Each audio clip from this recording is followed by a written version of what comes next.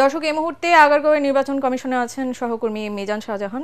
আমরা সরাসরি চলে যাচ্ছি তার কাছে। মিজান, আমাকে শুনতে পারছেন আশা করছি। নির্বাচনী রোডম্যাপ নিয়ে সর্বশেষ কি খবর আছে আপনার কাছে, আমাদের জানাবেন।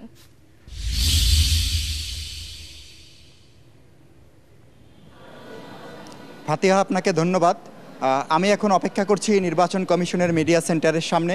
এই নির্বাচন কমিশনের মিডিয়া সেন্টারে কিছুক্ষণ পরে নির্বাচন কমিশনের সিনিয়র সচিব আক্তার আহমেদ কথা বলবেন।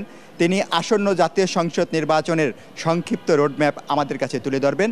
আমরা এরই মধ্যে যেটি জানতে পেরেছি যে আগামী মাসের 15 তারিখের মধ্যে সীমানা সংক্রান্ত যে জটিলতা ছিল, আপনি জানেন যে 300 আসনের মধ্যে বেশ কয়েকটি আসনের সীমানা পরিবর্তন করা হয়েছে, যেগুলো নিয়ে গতকাল পর্যন্ত নির্বাচন কমিশনের শুনানি হয়েছে। সেই শুনানির ব্যাপারে যে নির্বাচন কমিশনের যে সিদ্ধান্ত, সেটি 15 সেপ্টেম্বরের মধ্যে নির্বাচন কমিশন জানিয়ে দিতে চায়। 14 সেপ্টেম্বরের মধ্যে নির্বাচন কমিশন নতুন যে রাজনৈতিক দল নিবন্ধনের জন্য আবেদন করেছিল, তাদের মধ্যে বেশ কয়েকটি দলকে নির্বাচন কমিশন চূড়ান্ত করেছে।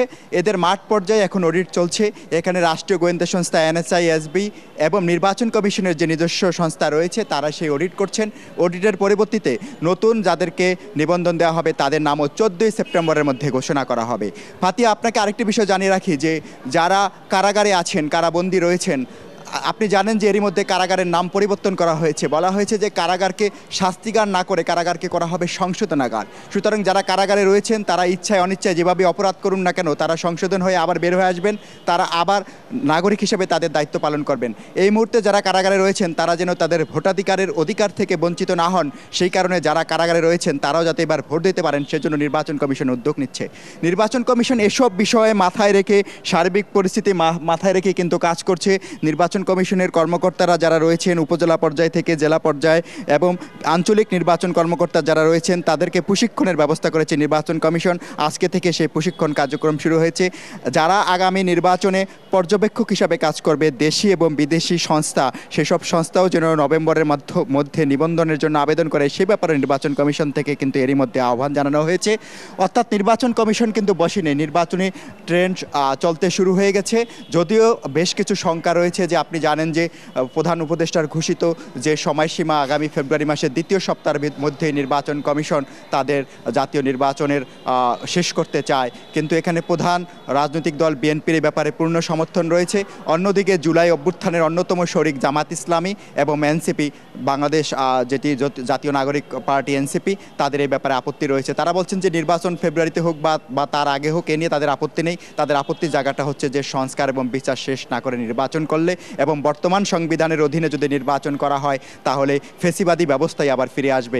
এই কারণে তারা বলছেন যে জাতীয় সংসদ নির্বাচন পরে হোক, আগে গণপরিষদ নির্বাচন হোক। গণপরিষদ নির্বাচনে একটি নতুন সংবিধান তৈরি করা হোক, এটি এনসিপির দাবি, এবং সেই সংবিধানের মাধ্যমে নির্বাচন দেওয়া হোক। কিন্তু নির্বাচন কমিশনের অবস্থান হচ্ছে পরিষ্কার যে তাদের কাছে যে সংবিধান বর্তমানে রয়েছে, যে আরপিও রয়েছে, সেই আরপিও এবং সংবিধান আইন কানুনের বাহিরে তাদের যাওয়ার সুযোগ নেই। যেহেতু পিআর পদ্ধতিতে নির্বাচনের কথা সংবিধানে বলা নাই, আরপিওতে বলা নাই, সুতরাং পিআর পদ্ধতিতেও তাদের নির্বাচন করার সুযোগ নেই। তাদেরকে প্রচলিত পদ্ধতিতেই প্রধান উপদেষ্টার ঘোষিত রোডম্যাপের মধ্যে নির্বাচন করতে হবে এবং সেই লক্ষ্যেই তারা প্রার্থী তালিকা চূড়ান্ত করেছেন, সেই লক্ষ্য নিয়ে তারা সীমানা নির্ধারণ করছেন, সেই লক্ষ্য নিয়ে তারা পর্যবেক্ষক নিয়োগ দিচ্ছেন এবং সেই লক্ষ্য নিয়েই আজকে তারা একটি রোডম্যাপ ঘোষণা করবেন।